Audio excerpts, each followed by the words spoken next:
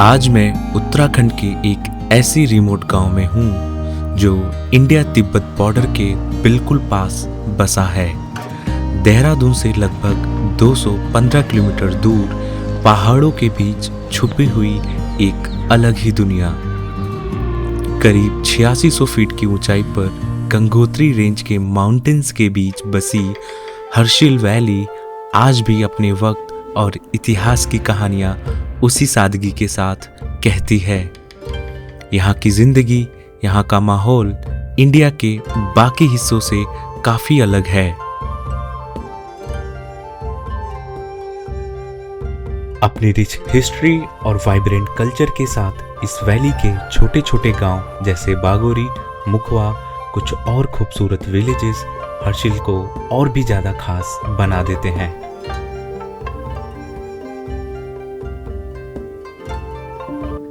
कहते हैं हिमालय की असली खूबसूरती उसके पहाड़ों में नहीं बल्कि यहाँ बसने वाले लोगों के दिलों में है। गांव की गलियों में टहलते हुए पता चला कि आज देवता की पूजा है, तो लोगों ने प्यार से मुझे भी अपने बीच बुलाया।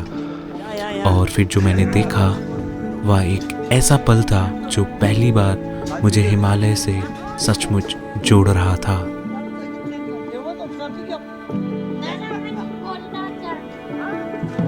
यहाँ के लोग जट भोटिया ट्राइब से बिलोंग करते हैं और उनका सबसे खास त्यौहार होता है भडार या सरगिन फेस्टिवल। एक दिन जब पूरा गांव एक साथ मिलकर देवता की पूजा, गीत और डांस के साथ अपनी परंपरा को जीता है।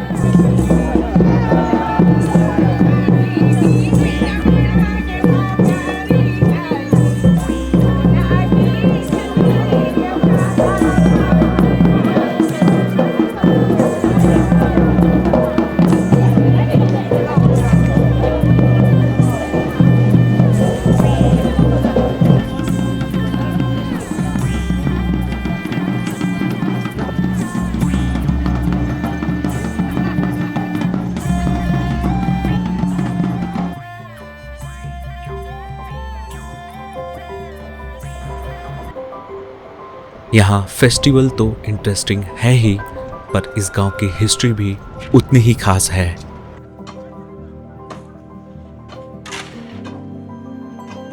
अगर थोड़ा पास्ट में जाएं तो 1962 वॉर के बाद तिब्बत बॉर्डर के पास बसे गांव जैसे नेलोंग और जादुंग से माइग्रेट होकर आए कई लोगों ने यहीं सेटल होना शुरू कर दिया। आज यहाँ 200 से ज़्यादा लकड़ी के घर एक ही सीधी लाइन में बने हुए हैं। ये सब यहाँ के वेदर और बर्फीली सर्दी को ध्यान में रखकर बनाए गए हैं, जो देखने में सच में अमेजिंग लगते हैं।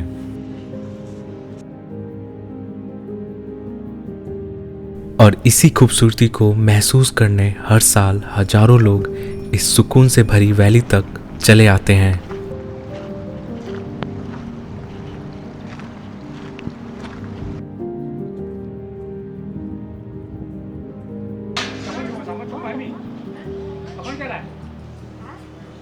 यहाँ साल के कई महीनों तक हैवी स्नोफॉल होती है। इसी वजह से विंटर्स के दौरान ज़्यादातर फैमिलीज नीचे के इलाकों में शिफ्ट हो जाती है। तो आप लोग चले जाते हैं यहाँ से? सब चले जाते हैं। आप इसी अल्टूपुर में चला जाता नीचे। अच्छा, नीचे कहाँ जाते हैं आप? हम तो प्रकाशी। उत्तरकाशी। हाँ। तो वहाँ पे भी आपका घर है? वहाँ भी कर रहे हैं। अच्छा, आप यहाँ पे भी रहते थे, वहाँ पे भी रहते? ऐसे ना 6 महीना वहाँ रहता है ना, मुझे तो वहाँ मई में गर्मी रहता है। अच्छा। फिर सर्दी में फिर मई के अप्रैल मई में यहाँ आते हैं। अच्छा, ठंडा है मौसम। अच्छा। यहाँ के लोग अपनी ज़रूरत की चीज़ें खुद उगा लेते हैं, जैसे राजमा, आलू, सेब और भी बहुत सारी वेजिटेबल्स।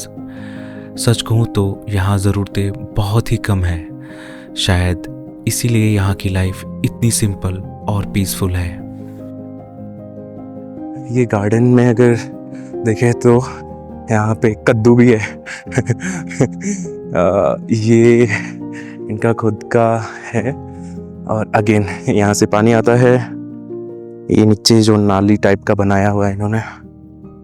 और ये तो काफ़ी खूबसूरत है यार, मतलब मैंने सोचा नहीं था, बट आई एम ग्लैड कि उन्होंने मुझे इनवाइट करा उनके बागीचे में आने के लिए। मुझे तो बहुत बहुत अच्छा लगा यहाँ पे आके। इनका घर ना, मतलब जो शहर में रहते हैं वो हमेशा चाहते हैं कि एक ऐसी ज़िंदगी जीने का, और शायद ये बहुत ही ज़्यादा प्रीमियम लाइफ है। मीन्स इससे ज़्यादा कुछ भी प्रीमियम नहीं हो सकता। मतलब अगर कोई चाहता है रियली एक स्लो लाइफ जीना, सो आई थिंक ये वही जगह है जहाँ पे वो सब कुछ डिफाइन करता है स्लो लाइफ को। ये जगह सिर्फ दिखती नहीं, ये धीरे धीरे महसूस होती है। यहाँ खड़े होते ही सांसें अपनी रफ्तार खुद बदल लेती हैं। मन जैसे मेडिटेशन में चला जाता है। एक अलग सी शांति और एक एहसास जो शब्दों से ज़्यादा खामोशी में समझ आता है।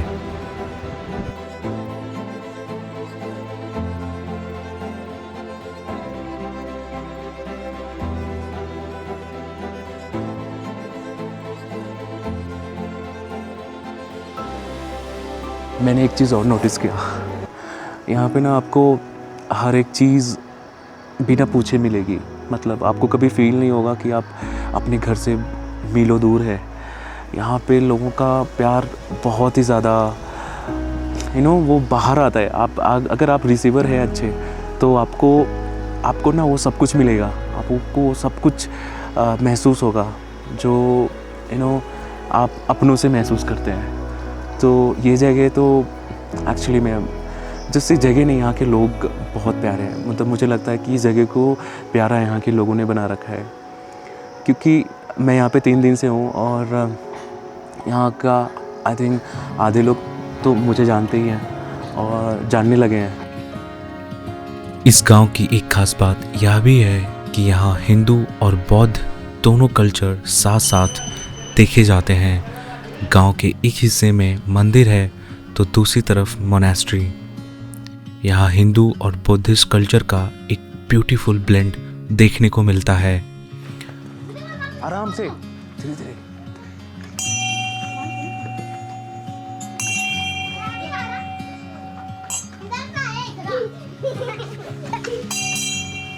बागोरी गांव में बुद्ध कल्चर का असर काफ़ी पुराना है।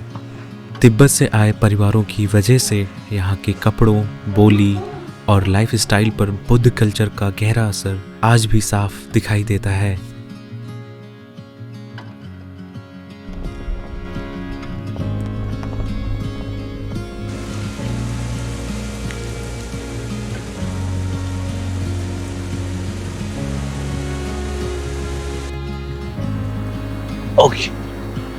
ओके सो अभी मैं हूँ बागोरी के बैक साइड के हिस्से में, जहाँ पे बहुत सारे हाउसेज है जो बेसिकली गेस्ट हाउसेज है एंड स्टेज है। और बगल में बिल्कुल पीछे ही अभी यहाँ से मुश्किल से 100 कदम की दूरी पे भागीरथी नदी है, जो बिल्कुल तेज उफान में है अभी, और वहाँ उसकी आवाज़ अभी तक यहाँ पे आ रही है। और अभी शाम का टाइम हो रहा है और मेरे अगल बगल आप देख सकते हैं एप्पल के ट्रीज़ है, और यहाँ पे बहुत सारे एप्पल्स अभी जो है गिरे भी हुए हैं, लेकिन वो ख़राब हो चुके हैं। सो बाकी आज हमारा लगभग सारा कुछ कवर हो चुका है। कल हम लामा टॉप पे जा रहे हैं, जहाँ से हमें बागोरी विलेज से लगभग 3 किलोमीटर ऊपर ट्रैक करना है, और लगभग 1.5 से 2 घंटे, मतलब इजी ट्रैक टाइप है ये। सो वो जल्दी कवर हो जाएगा। फ़िलहाल ये अभी मैं हर्षिल की वैली में हूँ, और ये बहुत ही ज़्यादा अमेजिंग फीलिंग है, बिकॉज़ हवा भी बहुत सॉफ्ट सा चल रहा है, एंड देन सारी चीज़ें काफ़ी स्लो सी फील हो रही है। सो आई थिंक कहीं जाना नहीं है, बैठे हैं, सही है। अभी जो हमारे पीछे ये टॉप है, ये बेसिकली लावा टॉप है, जहाँ पे अभी हम ट्रैक करते हुए जाएंगे। हवा बहुत ही ज़्यादा तेज़ है, मैं ठीक से खड़ा भी नहीं हो पा रहा हूँ, और मेरा कैमरा जो वहाँ पे है वो बहुत ज़्यादा शेक कर रहा है। आई डोंट नो मतलब वीडियो कैसे शूट हुई होगी, बट हाँ वो लावा टॉप है जहाँ पे अभी हम जा रहे हैं और चलते हैं वहाँ पे।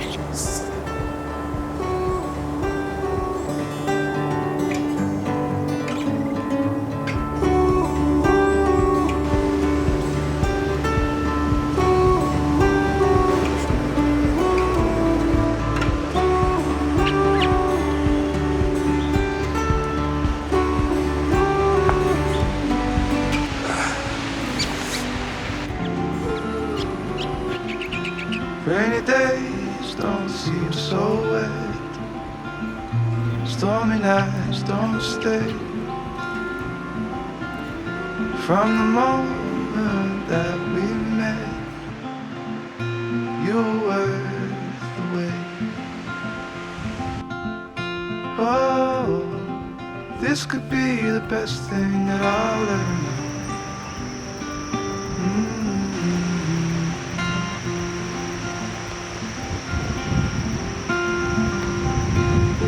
Talk for hours and never slept. Two silhouettes on the concrete stairs. You watch the I think इस साइड से तो पूरा डेंस फॉरेस्ट दिख रहा है, पूरा देवदार के पेड़ है सारे। आई थिंक काफ़ी नेचुरल है, देख सकते हैं।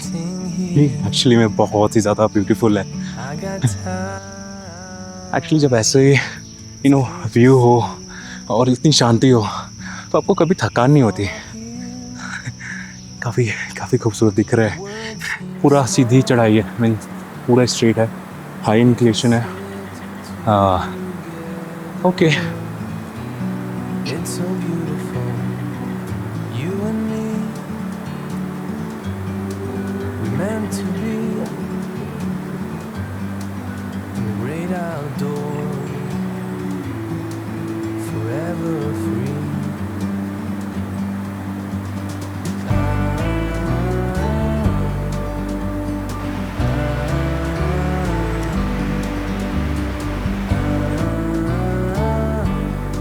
Look at this cutie.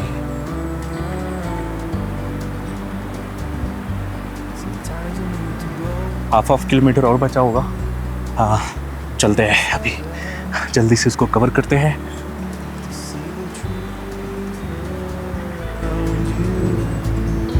From a distance you can tell.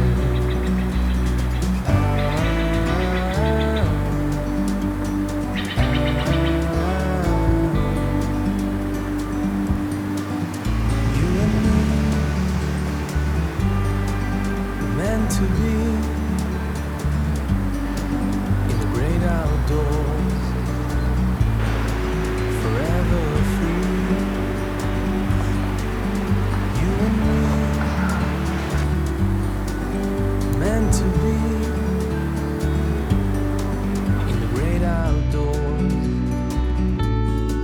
forever free.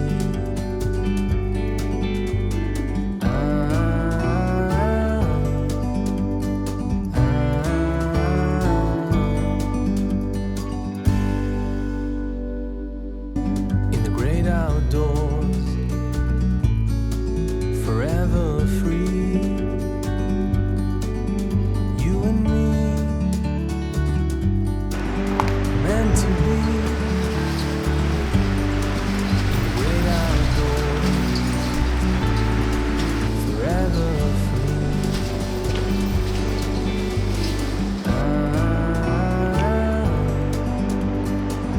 Beautiful है ये जगह।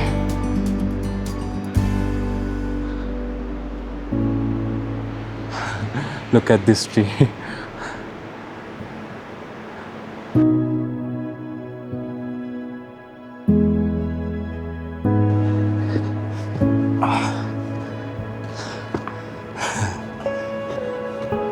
हम आ गए हैं बिल्कुल एब्सोल्यूट टॉप पे।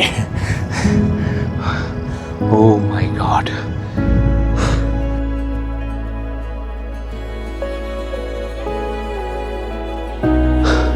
सब कुछ दिख रहा है। आई थिंक वही वो सोर्स है जो नीचे भागीरथी में जाकर के कनेक्ट होती है, जहाँ हमने नीचे से स्टार्ट करा था। Miles and miles on the clear blue sky. We drive straight as a arrow flies. Nowhere to be, no dreams to chase tonight. We've got time to waste, let's waste it right.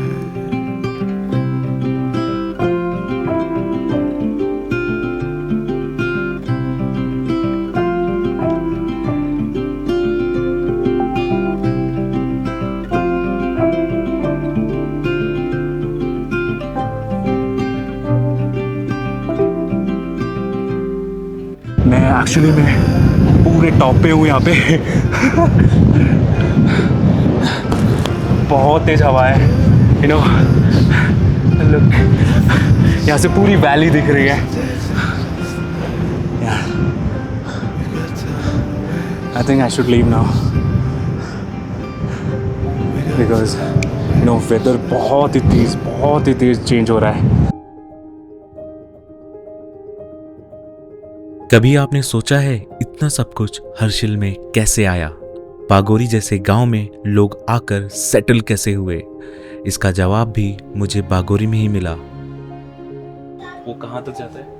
वो तो पहले तो हमारा रास्ता था वहाँ के लिए सीधा तिब्बत के लिए जाता हूँ। आप कभी उसको यूज करा है? हाँ, मैं तो उसमें छोटा था तो आए तो बुढ़े लोग तो हो गया, मतलब ऐसे 150-200 साल पुराना वही रास्ता वही था। पहले घोड़े खच्चर सब जाते हो सीढ़ियों में, उसमें कई घोड़े गिर जाते थे नीचे क्योंकि चट्टान में बना रहा है। दरअसल हम बात कर रहे हैं करतांग गली की। हाँ, उन वुडन ब्रिजेस की जिन्हें आज भी एक्सपीरियंस किया जा सकता है। इसी रास्ते से तिब्बत से आए लामा और नेलोंग से आई फैमिलीज यहाँ ट्रेड करती थी। आज इस जगह तक पहुँचने के लिए हमें लगभग 2 किलोमीटर का ट्रैक करना पड़ता है।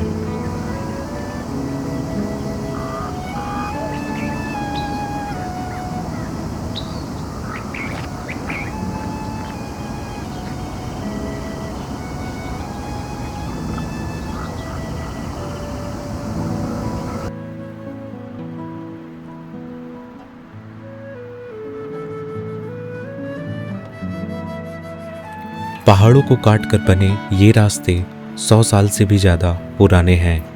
लगभग 11,000 फीट की ऊंचाई पर ये पहले भारत और तिब्बत के बीच का एक इम्पॉर्टेंट ट्रेड रूट हुआ करता था। यहीं से मसाले, ऊन और कई ज़रूरी चीज़ें तिब्बत से इंडिया और इंडिया से तिब्बत ले जाई जाती थीं।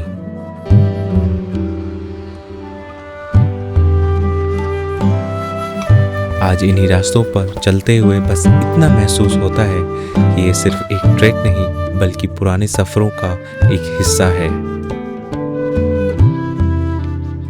सोचिए, जब आज यहाँ आने के लिए 2 किलोमीटर चलना पड़ता है, तब पहले के लोग भारी सामान के साथ इन्हीं रास्तों से गुजरते थे।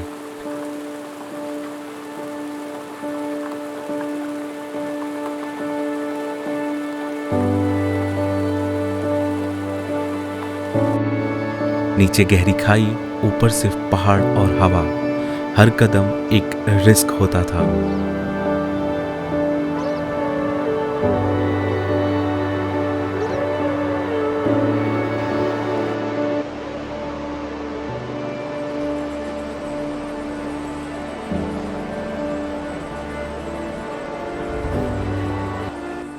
आज ये एक एक्सपीरियंस है, कभी यही रोज की जिंदगी होती थी। पहाड़ों को काटकर बनाया गया ये रास्ता आज भी एक इंजीनियरिंग मार्वल का निशान देता है। 1962 के बाद इंडिया चाइना वॉर के चलते ये रास्ते बंद कर दिए गए, लैंडस्लाइड्स, एक्सट्रीम वेदर और सेफ्टी रिस्क की वजह से। ऐसे कई रास्तों की कहानियां आज भी हर्षिल वैली में लोगों से सुनी जा सकती है। हर्षिल वैली सिर्फ बागोरी विलेज जैसे एक गांव की कहानी नहीं सुनाती। यहाँ ऐसी बहुत सी कहानियाँ बसती हैं जो इस पूरी वैली को आज भी एक पहचान देती है। और आज मैं आपको ले चलता हूँ हर्षिल वैली के ही एक और गांव की तरफ। मुखवा। बागोरी गांव से लगभग 2 ही किलोमीटर दूर है मुखवा, और इसी छोटे से सफ़र में हर्षिल वैली का एक और रंग सामने आता है। जैसे ही बागोरी पीछे छूटता है, गंगोत्री रेंज के बीच से गुजरती रोड धीरे धीरे खुल जाती है। एक तरफ पहाड़ों की रॉ क्लिफ्स, दूसरी तरफ भागीरथी नदी, और बीच में ये पतली सी रोड जो हर मोड़ पर नया व्यू दिखाती है। ये सिर्फ बागोरी से मुखवा तक का रास्ता नहीं, ये उन पहाड़ों को महसूस करने का तरीका है जिनमें हर्षिल वैली बसी हुई है। और इसी रोड के साथ साथ हम पहुंचते हैं मुखवा।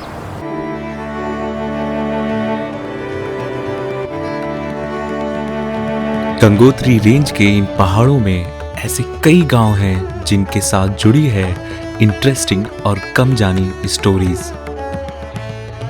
मुखवा उसमें से एक खास गांव है, क्योंकि यहीं रहती हैं माँ गंगोत्री। जब विंटर के टाइम गंगोत्री धाम बंद हो जाता है, सर्दी के दौरान गंगोत्री मंदिर से माँ गंगोत्री की मूर्ति यहीं मुखवा लाई जाती है, और अगले 6 महीने तक यहीं उनकी पूजा होती है।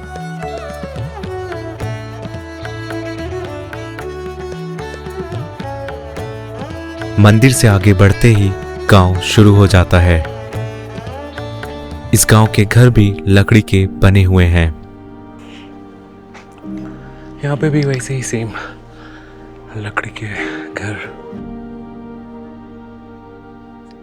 इन पहाड़ी इलाकों में लोग सेब, राजमा और कई सीजनल सब्जियां ज्यादा से ज्यादा खुद ही उगा लेते हैं। ये सिर्फ हर्षिल में होता है ना? ये सिर्फ हर्षिल होती तो लगभग नीचे के इलाकों में होती है ना, ये वाली नहीं होती है। सफेद वाला नहीं होता? छोटी वाली होती है नीचे ना। हाँ। छोटी राजमा ये वाली सिर्फ हर्षिल में होती है। अच्छा अच्छा।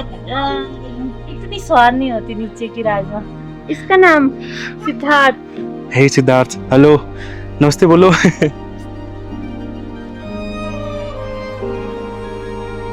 हर्षिल वैली में मुझे एक भी जगह ऐसी नहीं मिली जहां लोगों ने खुद को दूर रखा हो। यहाँ लोग मिलते हैं, बात होती है, और धीरे धीरे अपनापन बन जाता है। अच्छा, इसका क्या करते हैं सुखा के? ये गंगोत्री ले जाते हैं प्रसाद के लिए। प्रसाद के लिए। मंदिर के साथ साथ गांव खुद भी उतना ही खूबसूरत लगता है, और यहाँ के लोग इससे भी ज़्यादा प्यारे लगते हैं।